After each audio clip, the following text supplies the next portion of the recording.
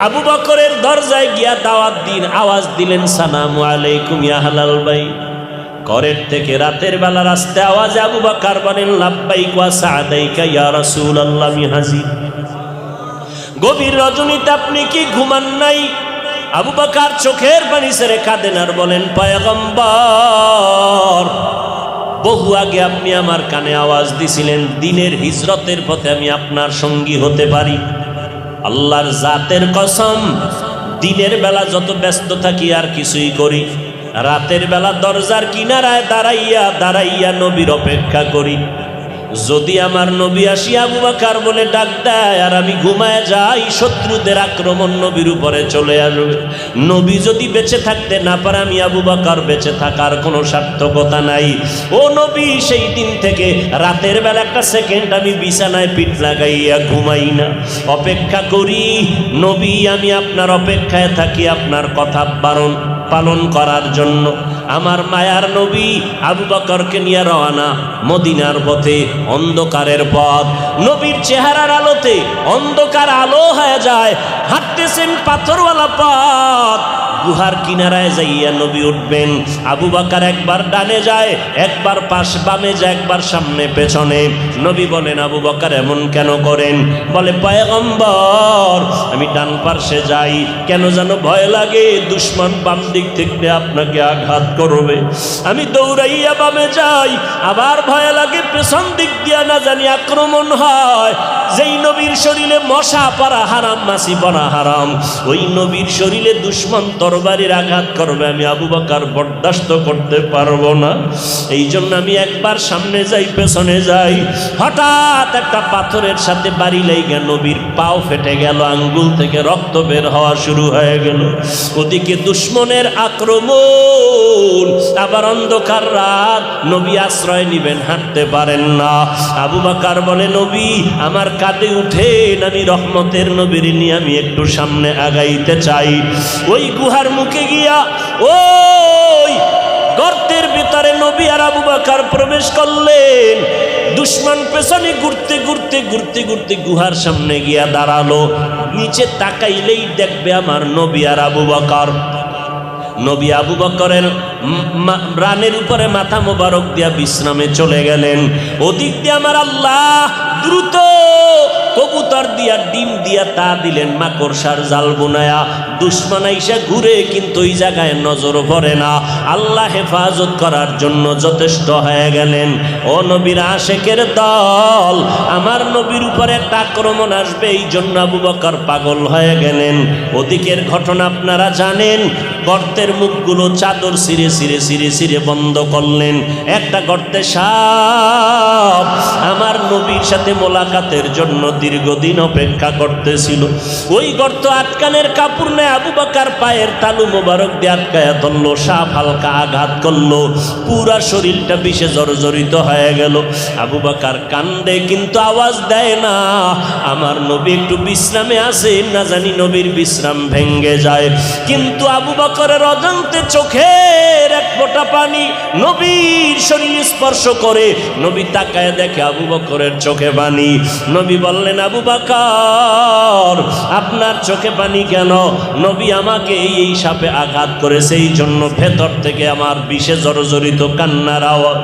আল্লাহর নবী সাথে সাথে তুতু মোবারক দিলেন, বিষটা পানি হয়ে গেল। এরে নবীর আশিক, এই তো নবীর উম্মত, অনুসরণ আর অনুকরণ যারা করবে, নবী বলেন তারা জান্নাত পাবে। এরে নবীর আশিকের দল, আজকে দুনিয়ার কোনো হিন্দু, কোনো বৌদ্ধ, কোনো ইহুদি, কোনো খ্রিস্টান নবীরে মানবে না, নবীর দাওয়াত গ্রহণ করবে না, নবীর রেখে যাওয়া সুন্নতের আদর্শ পালন করবে না। নবীর রেখে যাওয়া আদর্শ পালন করবে, অনুসরণ করবে মুসলমানেরা। ও মুসলমান যুবকেরা, বৃদ্ধ বাবাজি, পর্দার আড়ালের মা বোনেরা, এত বয়ান, তাবলিগওয়ালাদের বয়ান, পীর সাহেবদের বয়ান, আল্লাহওয়ালাদের বক্তাদের বয়ান, জুমার দিনের বয়ান, এরপরেও কেন নবীর সুন্নাত অনুযায়ী টুপি পরো না রে বাবা, দাড়িটা লম্বা করো না? মনে মনে ভাবছো কি হুজুরের কথা মিথ্যা, কোরআন মিথ্যা? না রে বাবা, আল্লাহর কোরআন সত্য ১৫০০ বছর হয়ে গেল, একটা ভুল কেউ বের করতে পারে নাই। বরং বহু বিধর্মীরা কোরআনের সামনে গিয়া মাথা নত করে মুসলমান হয়ে গেল। আল্লাহর কোরআন সত্য, নবীর কথা সত্য। ওই কোরআনে জান্নাত আর জাহান্নামের বয়ান আসেনি রে যুবকেরা, বলো ওই বয়ান সত্য না মিথ্যা? কে জান্নাতে যাবে কে জাহান্নামে যাবে আল্লাহ তাও বলেছেন, ইন্নাল আবরারা লাফি নাঈম ওয়া ইন্নাল ফুজ্জারা লাফি জাহিম। নেক আমলওয়ালারা জান্নাতে যাবে, গুনাহ যারা করবে তারা জাহান্নামে যাবে। জান্নাতটা কেমন আরামের ঘর আল্লাহ তাও বয়ান করে বলেছেন, মা তাশতাহি আনফুসুকুম। জান্নাত এমন একটা শান্তির জায়গা, তোমার মনে মনে যা চাইবা আল্লাহর কুদরতের সামনে তা হাজির হয়ে যাবে। কোনো মানুষ বুড়া হবে না, কোনো মানুষ কালো হবে না, দাড়িওয়ালা হবে না। ওই জান্নাত পাইয়া কেউ বের হইতেও চাইবে না। কিন্তু যারা গুনাহগার, এদের জন্য আল্লাহ কোরআনে বলেছেন তারা জাহান্নামে যাবে। জাহান্নামটা কেমন ভয়ঙ্কর আল্লাহ তাও কোরআনে বয়ান করেছেন, নবীও বয়ান করেছেন। একটা কথা মিথ্যা না রে বাবা। এরপরও তোমরা চোখের সামনে তাকাইয়া দেখো, আল্লাহর কোরআন নবীর আদর্শ নিয়ে যারা চলে তাদের সম্মান মোটেও কমে নাই। ও যুবক, তুমি কেন পারবা না? আমি তোমাকে বলি না তুমি স্কুলে পড়া বন্ধ করো, কলেজে পড়া বন্ধ করো, একবারও বলবো না। আমার মতো টুপিওয়ালা পাগড়িওয়ালা বড় হুজুর হইয়া যাও, তাও আমি তোমাকে বলতে চাই না। বরং তুমি স্কুলে পড়ো আলহামদুলিল্লাহ, কলেজে পড়ো আলহামদুলিল্লাহ, চাকরি করো, ব্যবসা করো আলহামদুলিল্লাহ, ডাক্তার হও, ইঞ্জিনিয়ার হও, প্রফেসর হও, একজন এসপি হও, ডিসি হও আলহামদুলিল্লাহ। তবে দাবি এতটুকু, 5 বেলার নামাজ পড়ো, নবীর তরিকা মেনে মা বাবার খেদমত করো, ওলামায়ে কেরামের পরামর্শ নিয়ে চলো। তোমার মতো যুবক 5 ওয়াক্ত নামাজি দাড়িওয়ালা স্কুল কলেজে পড়ে, অভাব নাই। তুমি কেন পারবা না রে বাবা? তোমার কপাল না জানি পুড়িয়া গেল, মা বাবার বরদোয়া না জানি তোমার কপালে লেগে গেল। তোমার আমার মতো কত বান্দা ব্যবসা করে, চাকরি করে, RAB, army, police, BDR, MP, মন্ত্রীর অভাব নাই, নামাজি দাড়িওয়ালা। তুমি কেন পারবা না রে বাবা? ইমানের পরে দামি ইবাদতের নাম নামাজ। আর নামাজের এমন একটা রাকাত নাই যেখানে হেদায়াতের দোয়া নাই, আলহামদু সূরা নাই। যত রাকাত নামাজ, যত নামাজ তত সূরা। আলহামদু সূরার মধ্যে ওই আয়াত হলো মূল, ইহদিনাস সিরাতাল মুস্তাকিম। ও আল্লাহ, হেদায়াতের সঠিক পথ দেখাও। এই আয়াতটা আমার নবী পড়ছেননি, কর না কেন? আমার নবী তো বেগুনা, নিষ্পাপ। আমার নবী তো বিশ্ব নবী, আমার নবী তো রহমাতুল লিল আলামিন, যে নবীর কোনো তুলনা নাই, যে নবীর 63 বছর হায়াতে কোনো মিথ্যা কথা নাই। দ্বিতীয় একজন মনীষী দুনিয়া ঘুরে বের করো যার জীবনে মিথ্যা কথা নাই, এমন একজন মনীষী বের করো, নেতা বের করো, পিসাব বের করো। আমার নবী কেমন নবী? জীবনের শুরু থেকে শেষ পর্যন্ত একটা মিথ্যা কথা নাই। কাউকে কষ্ট দিয়েছেন, আক্রমণ করেছেন কথা দিয়ে, এরও কোনো নজির নাই। কেমন নবী আমার, যার চেহারা মোবারকের দিকে একটা নজর দিলে 7 দিনের ক্ষুধা থাকে না। কেমন নবী আমার, সৃষ্টির শ্রেষ্ঠ নবী, অথচ আল্লাহ তারে কেমন ভাবে দুনিয়াতে পাঠাইলেন, আসিয়া বাবা পাইলেন না। শিশুবেলা মা হারাইয়া নবী অসহায়, চারোদিকে দুশ্মনের আঘাত। যেই বাবার 5 ছেলে আছে, শক্তি কম না বেশি? ও ভিক্ষা কইরা খাইলো, কথার পাওয়ার, লইয়া ভরুম জাগাত। বিষয় কি? হাত কিন্তু 10টা। ফকিন্নি ফোলা হইয়াও পাওয়ার কি? আমরা 10 ভাই, ধরলে উপায় নেই। আর আমার রসুল সৃষ্টির শ্রেষ্ঠ, একটা ছেলে সন্তান নেই, আছে? আপনি চিন্তা করতে পারেন? ওদিকে আব্বা নাই, মা নাই, আপন কেউ নাই, যারা আছে জানের দুশ্মন। অট্টালিকা নাই, বিশাল বড় টাওয়ার নাই, বাড়ি নাই, এমন মোটা পাতার হোগলায় নবী ঘুমাইতেছেন, যেই নবীর শরীর মোবারকে মশা মাছি পড়া হারাম, নবী কষ্ট পাবেন, সূর্যের গরম দেওয়া হারাম, এজন্য মেঘ ছায়া দেয়। কেমন নবী, কিন্তু সেই মোটা পাতার হোগলায় নবী ঘুমাইতেছেন। আম্মা জান তাকায় দেখেন নবীর পিঠের মধ্যে ওই মোটা পাতার দাগ পড়ে গেল। নবীর অজান্তে একটা চাদর বিছায় দিছেন। নবী আইসা শুয়ে দেখে নরম। নবী উঠে তাকায় দেখে চাদর বিছানো উঠায় ফেললেন। আমি আরামের জিন্দেগি চাই না, আমি চাই আমার গরিব উম্মতের জীবন। আমি ধনী হতে চাই না, আমি গরিবী হালাতে থাকতে চাই। নবী একটা জামা পরিধান করে মসজিদে বসে আছেন। একটা বাচ্চা এসে কয় আম্মা পাঠাইছে। কেন? কয় একটা জামা চাইছে, আমার কাছে জামা নাই। গেছি গা। বাচ্চা আবার কইতেছে আম্মায় জামা দিতে কইছে। নাই বললাম আপনার গায়ে একটা আছে না? ক আছে, এইটা চাইছে। নবী, আরে নবী, নবী কারে? নবী গায়ের জামাটা খুইলা খালি গায়ে বয়ে রয়েছে। নে তোর মায়ে চাইছে গায়েরটা, যা লয়ে যা, দিয়ে দিস। নবী খালি গায়ে বয়ে রয়েছে। মুয়াজ্জিন বেলাল রাদিয়াল্লাহু আনহু আসতেন আজান দিতে। নবীরে দেখে লজ্জায় আল্লাহ কোরআনের আয়াত নাজিল করলেন বনি ইসরাইলে, ও নবী এত হাত বাড়াইয়া দিয়েন না দিল খুইলা, যে আপনার লজ্জা পেতে হবে। আবার এত হাতকে গুছাইয়া রাখবেন না যে মানুষ আপনাকে কৃপণ বলবে। কেমন নবী? নবী বিনে কে তারাবে পুলসিরাত মিজানে, নবী বিনে কে তারাবে পুলসিরাত মিজানে। এমন এতিম নবী আমার,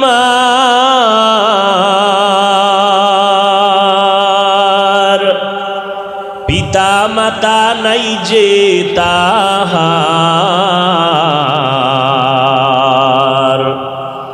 তারপরেও কত মারা মারলো তাকে দুশ্মনে। নবী বিনে কে তারাবে পুলসিরাত মিজানে, নবী বিনে কে তারাবে পুলসিরাত মিজানে। আলোচনা লইছি আল্লাহর সূরা, যাইছি গেছি আর একদিকে। এই কথাটা আমি মানুষকে বুঝাইতে পারি না আসলে মাকসাদটা কি। আল্লাহ কোরআন নাজিল করছেন, কথায় কথা বেড়ে যায়। পয়েন্ট কোনটা ডাকলাম খেয়াল রাখবেন। আলোচনা চাইছিলাম একদিক, গেছে আর একদিক। আপনাদের দিলের মধ্যে একটু হাত লাগায় বলেন তো, আমি আলোচনা কি করব? এটাকে আমি ডায়েরি করে আসছি? হ্যাঁ, এই দিকে যে আমি যাব এটা কি মুখস্থ ছিল? আল্লাহ কোরআন নাজিল করছেন, 500 আয়াতে শুধু বিধান দিছেন। কত আয়াত? বাকি রইল কত? কথা বলেন। এই বাকি 6000-এর উপরে যে আয়াত, এই আয়াতে শুধু আল্লাহ ওয়াজ করেছেন। ওয়াজ, বিধান কাকে বলে, ওয়াজ কাকে বলে সেটা ভিন্ন কথা। তাহলে বিধানের আয়াত 500, বলেন বিধানের আয়াত, ওয়াজের আয়াত 6000-এর উপরে। বুঝাইতে পারতেছি? 6000 আয়াতে যে আল্লাহ ওয়াজ করেছেন 3 পদ্ধতিতে। কয় পদ্ধতি? সংক্ষেপ খুব খেয়াল করেন। 3 পদ্ধতিতে 6000 আয়াতের মধ্যে আল্লাহ ওয়াজ করেছেন। প্রথম পদ্ধতি হলো আল্লাহর কুদরতের বিবরণের ওয়াজ। দ্বিতীয় পদ্ধতি হলো কিয়ামতের বিবরণের ওয়াজ। তৃতীয় পদ্ধতি হলো কিসসা কাহিনী দিয়া বিবরণের ওয়াজ। এবার 3 পদ্ধতির ওয়াজ 6000-এর ভাগ করেন, কত পরে ভাগে? 2000। তাহলে কি বুঝলাম?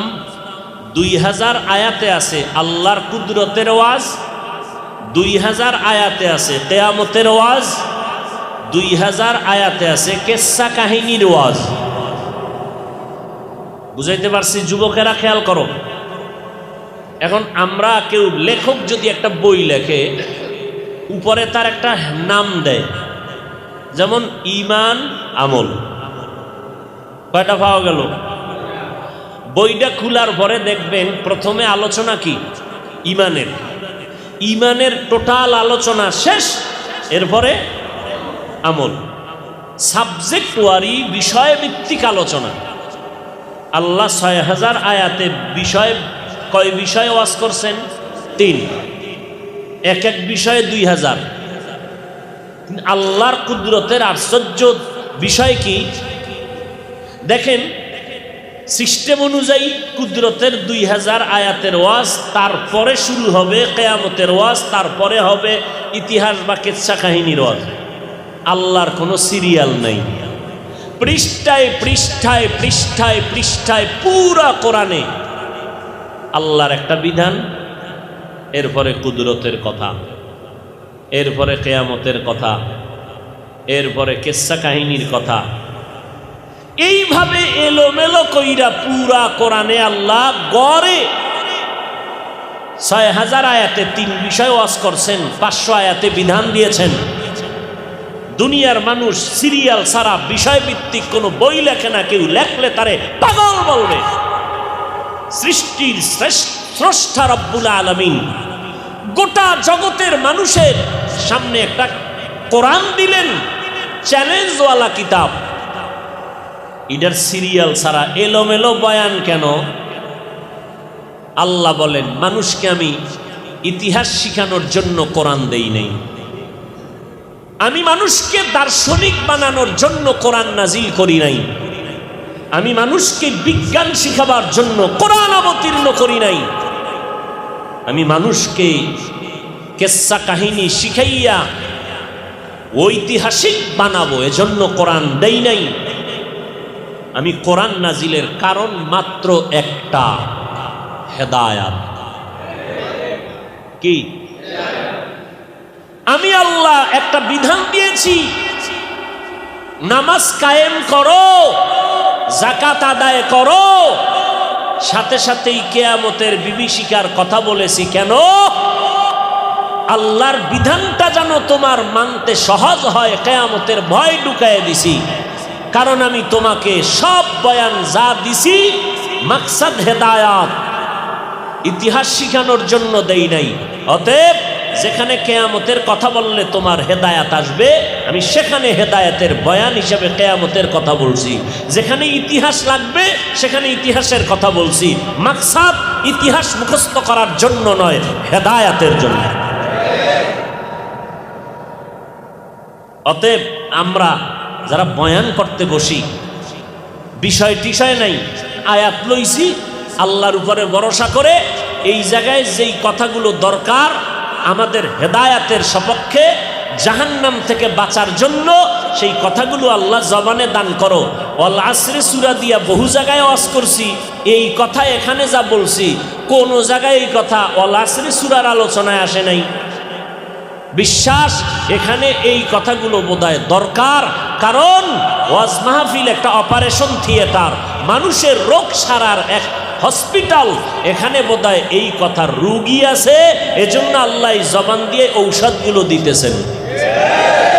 মাকসাদ কি? হেদায়াত। মাকসাদ কি? হেদায়াত। আমি বড় বক্তা, এ হ্যাডম দেখানোর কোনো লাভ নাই। আমি বয়ান করে হ্যাডম দেখাইয়া আকাশচুম্বী তথ্যবহুল আলোচনা করে গেলাম, কান্নাকাটি নাই, ফজরে মসজিদ খালি, এই হ্যাডমের কোনো দাম নাই। আর ভাঙ্গাচুরা দিল নিয়া, দিল নরম করে ছোট করে একেবারে গরিব ভাবে কিছু কথা বলে গেলাম, পায়ে দইরা দইরা 2টা মানুষ তওবা করছে আর নামাজ ছাড়বো না, আমাদের জিন্দেগি সফল, ওয়াজ মাহফিল সফল।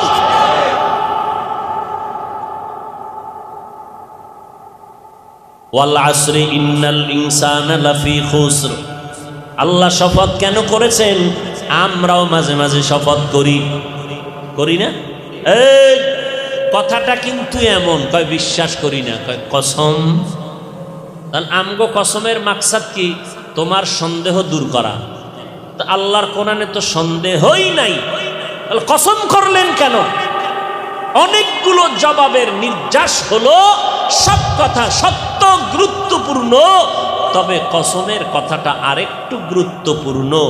এদিকে মানুষের অন্তরকে আকৃষ্ট করার জন্য আল্লাহ শপথ করেছেন। দ্বিতীয় কথা, যেই জিনিসের উপরে আল্লাহ শপথ করেছেন ওই জিনিসটা পৃথিবীর মধ্যে শ্রেষ্ঠ, দামি, এটা বোঝানোর জন্য, সন্দেহ দূর করার জন্য আল্লাহ কসম করেন নাই যে সব কথাই দামি, কসমের কথা আরেকটু দামি। বুঝাইতে পারলাম? এবার আল্লাহ কসম খাইছেন কিসের উপরে? আসরের উপরে। আসর বড় দাম, এরপরে যা বলবেন তা আরো দামি। ইন্নাল ইনসানা লাফি খুসর। কসমের পরের কথাগুলো অন্য কথার তুলনায় কম গুরুত্ব না বেশি?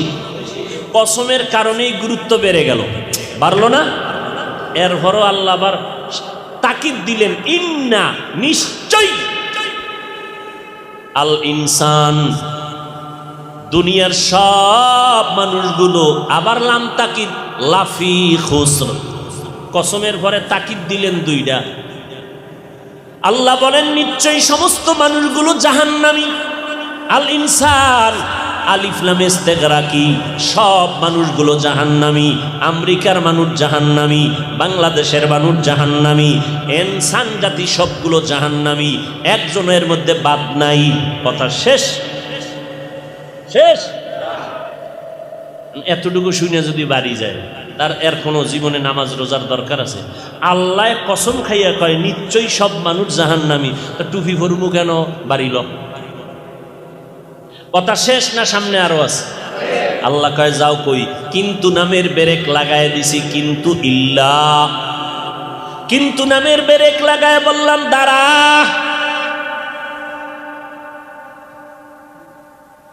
দাঁড়াইলে কি কয়? সুসংবাদ আছে কি? নিশ্চয়ই সব মানুষ জাহান্নামে যাবে, তবে 4 গুণওয়ালা মানুষ জাহান্নামে যাবে না। কয় গুণওয়ালা? ওদিকে নবী কি কয় দেখছেন নি কারবার? নবী বলে দয়ার সাগর, এই জন্য দয়া ঢুকায় দিছে কি, সব উম্মতেরা জান্নাতি। আল্লাহ কয় সব মানুষ জাহান্নামী, কিন্তু নবী বলেন সব উম্মতেরা জান্নাতি, কুল্লু উম্মতি ইয়াদখুলুনাল জান্নাহ, দুনিয়ার সব উম্মতেরা জান্নাতে যাবে।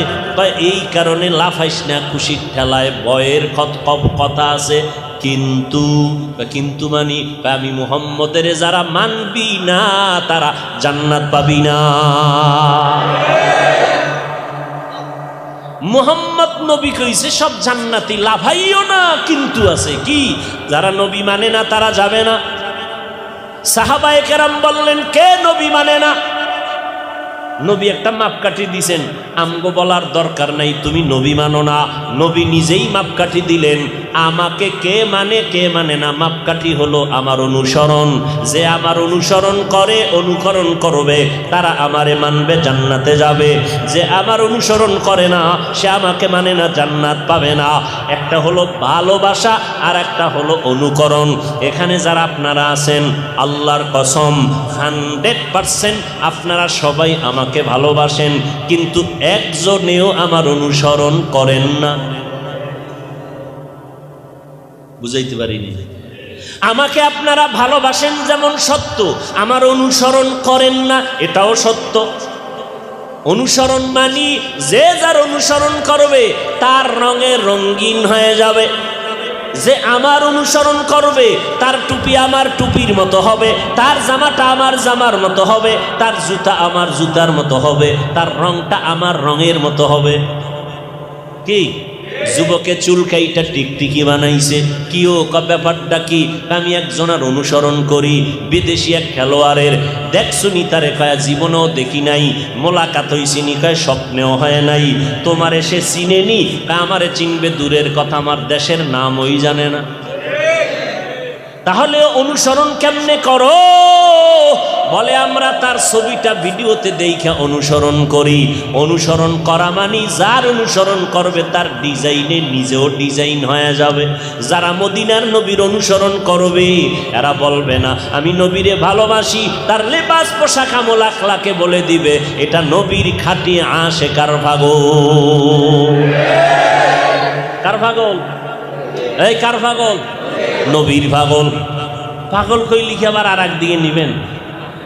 হ্যাঁ, আপনাদের এই বঙ্গের শেষ সীমানা গোপালগঞ্জ, ঠিক নি? গোপালগঞ্জের একটা থানা আছে টুঙ্গিপাড়া, আসেনি? টুঙ্গিপাড়া থানায় রাজনৈতিক একজন মহান ব্যক্তি ঘুমায়, যাকে রাজনৈতিক সিরিয়ালে সবাই জিয়ারতে যায়। যায়নি? আর আমি সত্য কথা স্বীকার করতে সমস্যা কি? যায়। কিন্তু তার একটু অদূরেই একজন কুতুবুল আলম ঘুমাচ্ছেন, শামসুল হক ফরিদপুরি রহমাতুল্লাহ আলাইহি। এত বড় একজন কুতুবুল আলম কলকাতা আলিয়ায় গিয়া ইংরেজির উপরে ডিগ্রি নিলেন। লালবাগ মাদ্রাসা, বড়কাটারা মাদ্রাসা, এই বড় বড় মাদ্রাসায় দীর্ঘ জীবন হাদিস পড়াইলেন। এত বড় আল্লাহর ওলি, তিনি এক জায়গায় বয়ান করে লিখেছেন দুনিয়াতে যত মানুষ দেখো সব পাগল। সবাই কেউ টাকার পাগল, কেউ গাড়ির পাগল, কেউ নারীর পাগল, কেউ ক্ষমতার চেয়ারের পাগল। আর যে যেই জিনিসের পাগল সে তারে খুঁজে। নামাজ